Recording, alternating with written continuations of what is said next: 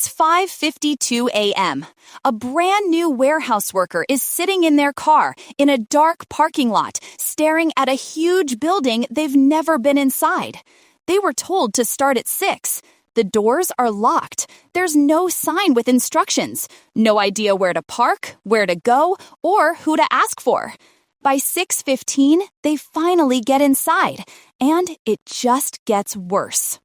No one's expecting them. The supervisor's in a meeting. There's no badge ready, no PPE in their size, and the one person who sort of remembers their name just points and says, hang tight over there for a bit.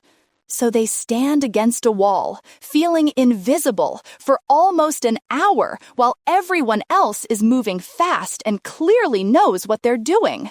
And by lunchtime, they're thinking, if this is my first day, what are the bad days gonna feel like? They're tired. They're confused. Nobody's really explained the job. And all those promises about safety and teamwork from the interview feel pretty far away right now. So the next morning, that worker looks at the alarm and they just don't come back. The staffing agency calls. The supervisor is frustrated. Production's short again. And everyone shrugs and says, guess they weren't serious. But the truth is, the first 12 hours told that person everything they needed to know. You're listening to Workers.com Staffing Pulse, Insights from the Frontline.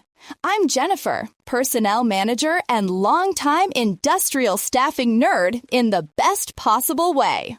And I'm Sam, Staffing Manager, and the guy who has definitely gotten those 6:10 a.m. phone calls from angry supervisors wondering where their new hire is. Today, we're breaking down what we call the first 12 hours rule, how that very first shift in a warehouse, plant, or light industrial site pretty much decides whether a worker becomes a reliable regular or a one-and-done name in your ATS. If you're a staffing pro or a hiring manager, we're going to walk through a simple, realistic playbook you can use even in crazy busy operations. And if you're a job seeker, stick with us. We've got specific questions you can ask on day one to protect your safety and set yourself up for temp-to-hire success without feeling like you're rocking the boat. And just a quick note up front, what we're sharing is based on experience and best practices, not legal advice. Always follow your company's policies, your safety program, and local regulations. Think of this as a field-tested upgrade, not a replacement. All right, let's talk about why these first 12 hours matter so much. In industrial staffing, we know a lot of early quits, no-shows, and safety scares happen in the first few days, often before that third shift. People are still figuring out the work, the pace, the culture, and deciding in their head, is this worth it? Exactly. And most of the time, it's not one huge dramatic event that sends them home. It's a bunch of little signals that add up. Nobody greets them by name. They don't know where the bathroom is. They aren't sure when the next break is. They're scared to ask a question because everyone looks slammed. Meanwhile, from the employer side, it feels like we're swamped, we're short-handed, we're trying to get orders out. We just need people to jump in. There's no bad intent. It's just reality in a lot of plants and warehouses. But here's the hard truth. What feels like just a rough first day to a supervisor can feel like they don't care if I get hurt or I'm disposable to a new hire. That perception drives turnover and safety incidents more than we like to admit. And the cost is real. When someone walks after that first shift, you've lost all the time to recruit, screen, and onboard them. You're paying overtime to cover the gap. You're scrambling with your agency. and your existing team has to pick up the slack again. That's why we like to talk about a first 12 hours rule. It's a mindset. If we can get someone through those first 12 hours feeling safe, seen, and somewhat successful, the odds of them sticking around go way up. It doesn't have to be perfect. It just has to be intentional. All right, let's get practical. Let's start before the worker even leaves their house, because so much of a good first day is actually decided the night before. For staffing pros and employers, here's a simple before they leave the house checklist. And remember, we're going to give you good, better, best options because we know not every site has a full HR team or extra time built in. First, who is greeting them? Good version, you tell them, ask for Mike at the front desk. Better, you send the worker a text the night before with the greeter's name and maybe even a quick description. Tomorrow, you'll check in with Mike in a blue vest at the main entrance. Best, Mike also has that worker's name, expected arrival time, and cell number, so he's actually ready when they walk in. Second, what to wear and what to bring. Good. You tell them jeans, closed-toe shoes, no loose jewelry. Better, you spell it out clearly. You'll be on your feet on concrete, so comfortable, sturdy shoes are a must. We provide the safety vest and hard hat. Best, you also mention weather realities. If there's no climate control, if it's loud, if it's dusty, so they're not shocked when they walk in. Third, where to park and how to enter.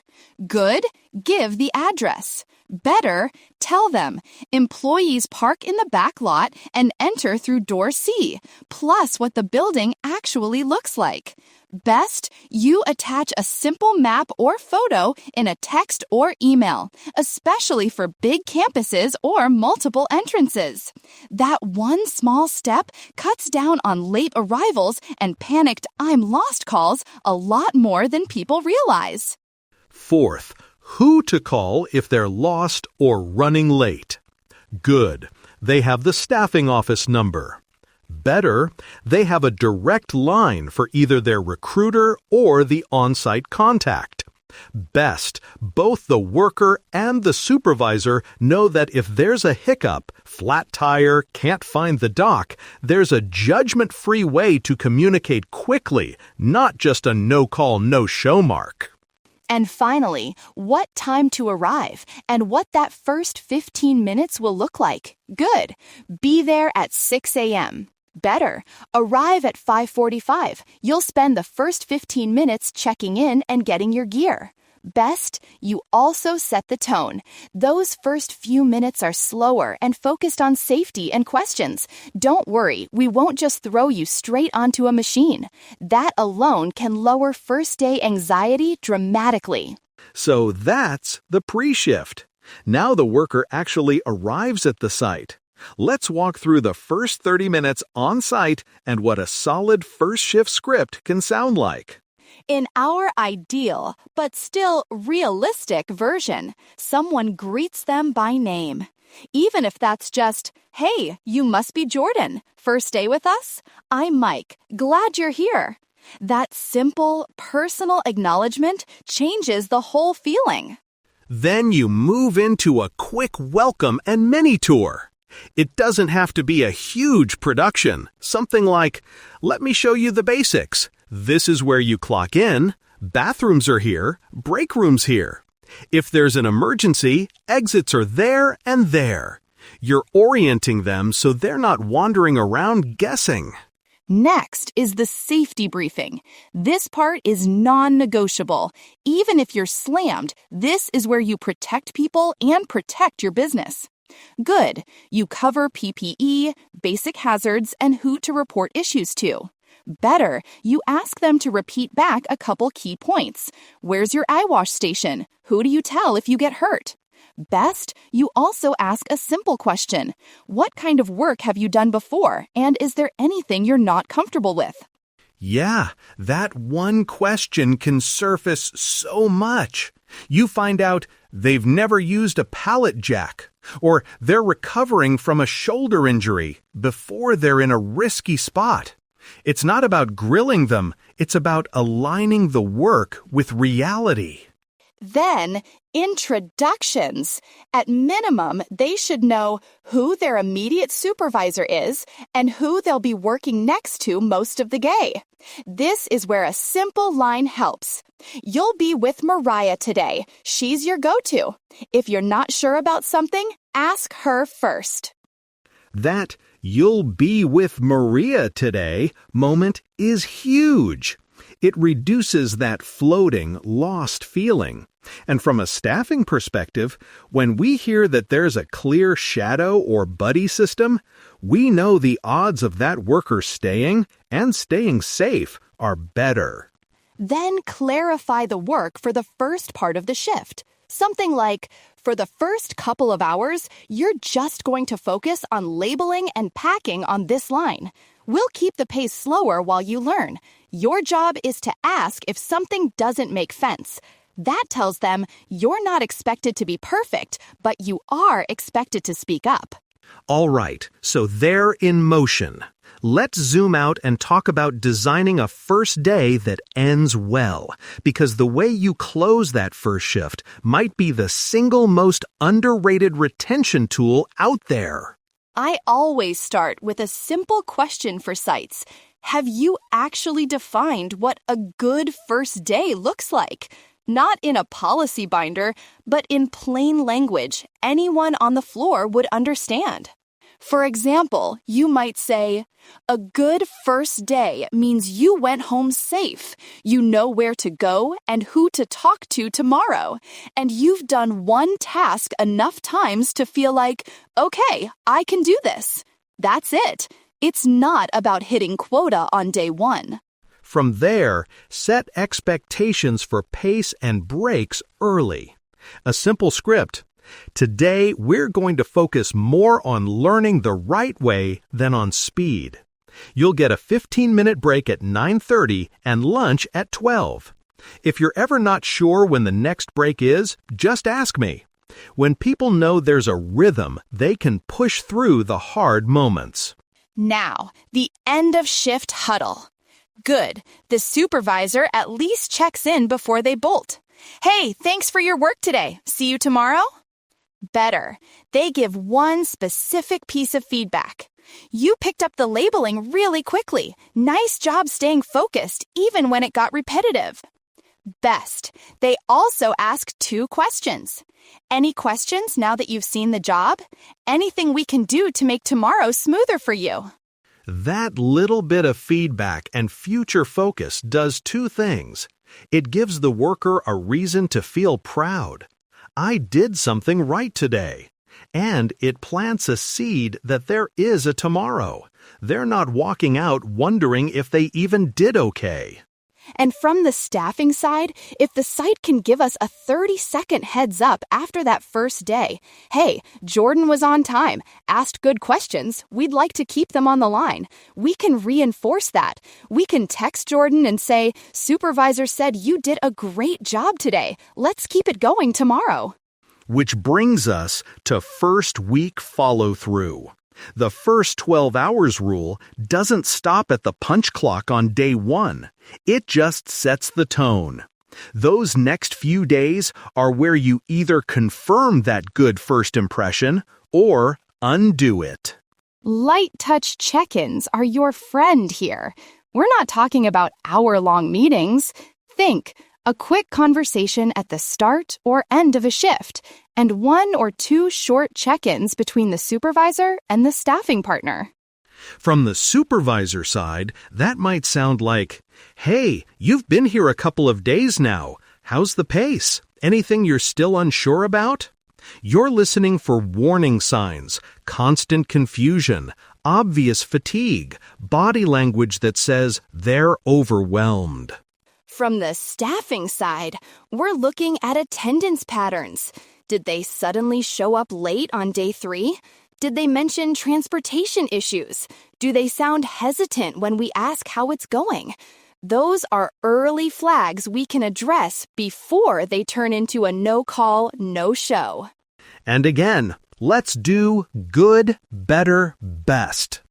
Good, there's at least one check-in between the agency and the supervisor after day 1.